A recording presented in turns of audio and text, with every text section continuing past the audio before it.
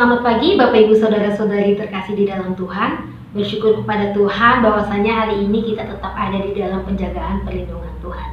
Kita mau sama-sama rendahkan hati, kita akan mulai renungan pagi hari ini. Kita mau sama-sama berdoa. Dalam nama Yesus Kristus kami berdoa, kami bersyukur Tuhan, kami punya Allah yang setia, senantiasa ada di dalam kehidupan kami, Allah yang senantiasa memberkati kami. Terima kasih Yesus, saat ini kami membuka hati dan pikiran kami rindu belajar akan firman-Mu, biar akhirnya Tuhan yang menuntun memimpin hamba-Mu dalam membawakan firman-Mu dan bagi umat-umat-Mu yang mendengarkan firman. Terima kasih Yesus, kami bersyukur, kami berserah kepada Engkau. Haleluya, amin. Di dalam nama Tuhan Yesus, kita akan sama-sama mendengarkan firman Tuhan. Pagi hari ini saya beri judul refleksi rohani. Ya, kata refleksi kita sering dengar berawalan dari kata dasar refleks. Ya.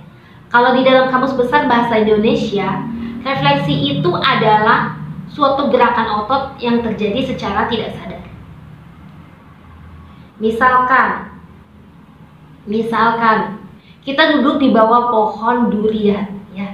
Ketika kita menengok ke atas, tiba-tiba buah durian itu mau jatuh menimpa kita. Lalu apa yang akan kita lakukan? Otomatis kita akan pergi, benar? Siapa yang mau tetap duduk di bawah pohon durian ketika buahnya mau jatuh menimpa dia? Tidak ada ya, hanya orang-orang yang rada ini ya masih duduk di situ. Tapi kalau orang melihat itu secara refleks, dia akan pergi. Dia akan menghindar. Kalau dia tidak menghindar, hanya ada dua kemungkinan. Ya. Belok ke kanan rumah sakit, belok ke kiri rumah abadi. Mana yang akan dipilih? Ya. Lebih baik menghindar sebelum terjadi sesuatu yang tidak kita inginkan. Nah, itu adalah gerakan-gerakan yang secara refleks terjadi. Tetapi refleksi ini berbeda lagi maknanya di dalam dunia pendidikan. Kalau di dalam dunia pendidikan, refleksi itu lebih kepada suatu kegiatan yang dilakukan dalam proses belajar mengajar, berupa instrumen penilaian dari murid kepada gurunya. Ya, singkatnya adalah curhatan-curhatan murid kepada gurunya selama proses belajar mengajar. Nah, dari instrumen refleksi ini, guru akan tahu hal-hal positif yang sudah ia lakukan selama pembelajaran. Kalau hal-hal itu baik, maka dia akan mempertahankan apa yang sudah dia kerjakan. Atau bahkan mungkin dia akan meningkatkan cara mengajar dia lebih baik lagi. Tapi kalau cara mengajar dia tidak bisa diterima oleh murid, maka dia akan mengubah metode atau cara yang dia gunakan dalam hal mengajar. Dia akan cari cara baru supaya apa yang dia berikan bisa diterima oleh muridnya. Nah, jadi hal ini penting di dalam dunia pendidikan. Penting gak sih di dalam kerohanian kita? Penting juga ya, supaya kita bisa memperbaiki kehidupan kita, supaya kita bisa berubah ke arah yang lebih baik. Tentu kita membutuhkan yang namanya refleksi rohani. Ya, kita membutuhkan suatu kegiatan di dalam hati dan pikiran kita, yaitu kita merenungkan kehidupan kita di hadapan Allah. Ada nggak contoh di dalam firman Tuhan yang melakukan refleksi rohani, sehingga dia melakukan perubahan-perubahan dan akhirnya kehidupannya bisa mencapai garis akhir yang sesuai dengan harapan? Bapak Ibu mungkin sudah bisa menebak ya. Kita lihat dalam kitab Galatia, tokoh ini ternyata seorang Rasul Paulus ya. Galatia pasal 1 ayat 1 hingga ayat yang kelima. Demikian bunyi firman Tuhan. Dari Paulus seorang rasul, bukan karena manusia, juga bukan oleh seorang manusia, melainkan oleh Yesus Kristus dan Allah Bapa yang telah membangkitkan dia dari antara orang mati, dan dari semua saudara yang ada bersama-sama dengan aku, kepada jemaat-jemaat di Galatia. Kasih karunia menyertai kamu dan damai sejahtera dari Allah Bapa kita dan dari Tuhan kita Yesus Kristus, yang telah menyerahkan dirinya karena dosa-dosa kita untuk melepaskan kita dari dunia jahat yang sekarang ini menurut kehendak Allah dan Bapa kita. Baginya lah kemuliaan selama-lamanya. Amin. Ya. Surat Rasul Paulus kepada jemaat Galatia ini memberitahukan kepada kita ada 3 pertanyaan sebagai sebuah instrumen refleksi rohani yang bisa kita jawab dari ayat yang sudah kita baca. Yang pertama, siapa Paulus? Siapa Paulus? Ada jawabannya. Paulus adalah seorang rasul. Ya. Kemudian yang kedua, apa alasan dibalik identitas yang Rasul Paulus miliki? Ada juga jawabannya. Rasul Paulus mengatakan bukan karena manusia, juga bukan oleh seorang manusia, melainkan oleh Yesus Kristus dan Allah Bapa. Jadi bukan karena orang lain dia menjadi rasul, bukan karena keinginan diri dia sendiri dia menjadi seorang rasul, tapi karena Allah yang memilih dia menjadi seorang rasul Tuhan, menjadi seorang pekerja Kristus. Dan yang ketiga, pertanyaan yang ketiga, apa yang Rasul Paulus lakukan untuk membuktikan atau mempertanggungjawabkan identitasnya sebagai seorang rasul? Kita lihat jawabannya. Ayat yang ketiga, kasih karunia menyertai kamu dan damai sejahtera dari Allah Bapa kita dan dari Tuhan Yesus Kristus yang telah menyerahkan dirinya karena dosa-dosa kita untuk melepaskan kita dari dunia jahat yang sekarang ini. Apa yang Rasul Paulus kerjakan? Dia memperkenalkan siapa itu Yesus. Dia beritakan Yesus, Sang Juru Selamat dunia. Yesus yang sudah memberikan nyawanya bagi dunia. Demi apa? Demi menyelamatkan manusia. Menyelamatkan manusia dari kuasa dosa. Sehingga akhirnya manusia boleh mendapatkan keselamatan di dalam Yesus Kristus.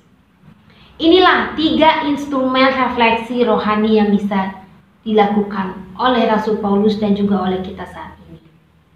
Coba kita bersama-sama lakukan. Yang pertama, kita mau tanyakan siapa diri kita. Siapa saya? Ya, kalau secara jasmani ya, saya adalah anak ibu saya, benar? Saya adalah anak bapak saya. Tidak mungkin saya itu anak tetangga. Tidak mungkin saya itu anak pungut. Tidak mungkin saya itu anak tiri. Kenapa? Saya tahu siapa diri saya.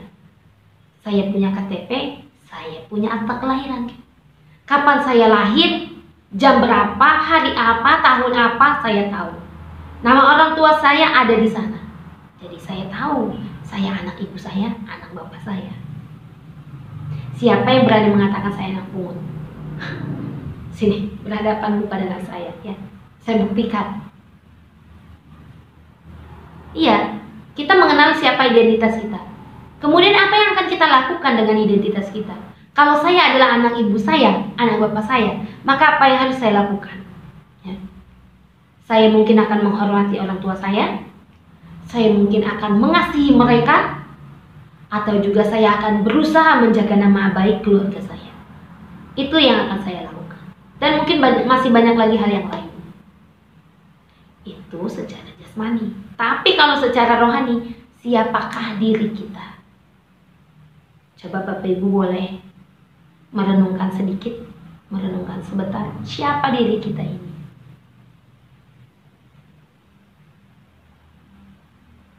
Ya, saya akan ajak Bapak Ibu Saudara-saudari melihat satu ayat firman Tuhan, 1 Yohanes pasal 3 ayat 1. Kitab 1 Yohanes pasal 3 ayat 1.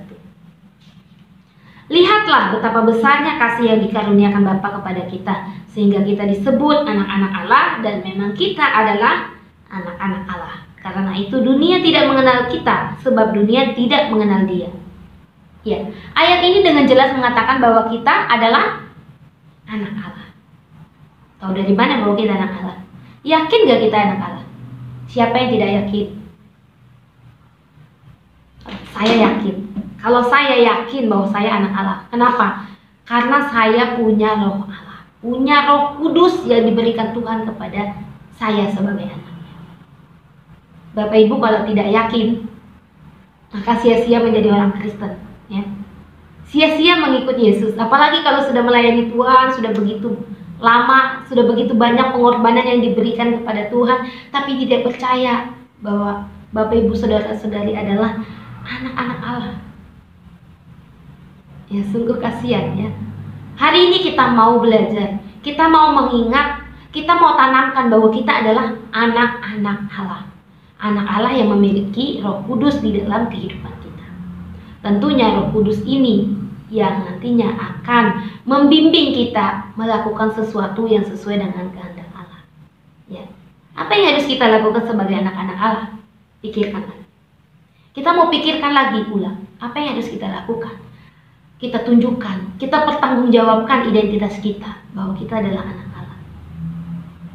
Yang pertama yang harus kita ketahui bahwa keinginan daging, keinginan mata dan keangkuhan hidup itu sebenarnya bertentangan dengan kehendak Allah. Keinginan daging adalah perseteruan dengan Allah. Kalau kita berseteru dengan Allah berarti kita melakukan keinginan daging. Kalau kita bersahabat dengan Allah, kalau kita mengasihi Allah, kalau kita pro kepada Allah, maka kita akan lakukan sesuatu yang sesuai dengan kehendak Allah. Betul? Ya, kita mau belajar. Lakukan sesuatu berdasarkan kehendak Allah. Tentunya sesuatu itu di dalam koridor kebenaran Allah. Kita hidup di dalam dunia ini, kita harus menyadari bahwa memang benar secara daging kita ini lemah. Tapi kita punya Roh Allah. Kita mau bersandar kepada Tuhan, maka Tuhan akan menguatkan kita. Maka Tuhan akan memampukan kita menjalankan tugas kita, menunaikan tanggung jawab kita sebagai anaknya. Kita bisa menjadi terang, menjadi garam di dunia ini berdasarkan pertolongan Tuhan. Jadi bukan karena kita, tapi karena Allah, seperti yang dilakukan oleh Rasul Paulus. Dia percaya bahwa dia adalah Rasul Tuhan karena Allah yang memilih, Allah yang memampukan dia.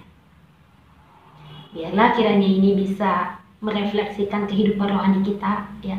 Kita mau tanamkan bahwa kita adalah anak-anak Allah. Kita memiliki Roh Allah, kita memiliki Roh Kudus yang menuntun kita untuk menjadi anak Tuhan, menjadi terang dan garam bagi orang-orang di sekitar kita, menjadi berkat bagi orang di sekitar kita, bagi sesama kita, dan bagi kemuliaan nama Tuhan. Amin. Kita akan sama-sama tutup di dalam doa. Mari kita berdoa. Dalam nama Tuhan Yesus Kristus kami berdoa, kami bersyukur Tuhan, kami sudah mendengarkan firman-Mu yang begitu indah untuk mengingatkan kami kembali bahwa kami adalah anak-anak-Mu. Kami adalah anak-anak Tuhan. Kami mau terus bersandar di dalam Engkau Tuhan, karena kami percaya bahwa Roh Kudus Tuhan senantiasa membimbing kami untuk menuntun kami menjadi anak-anak yang bisa melakukan kebenaran sesuai dengan kehendak Tuhan. Sehingga kehidupan kami bukan menjadi orang-orang yang sia-sia, tapi kehidupan kami boleh memberikan buah yang manis, memberikan hasil yang memuliakan nama Tuhan. Terima kasih Yesus, kami berserah kepada Engkau, kami memohon pimpinan penyertaan Tuhan di setiap hari-hari hidup kami. Haleluya, amin. Kemudian bagi nama Tuhan, selamat beraktivitas, Tuhan Yesus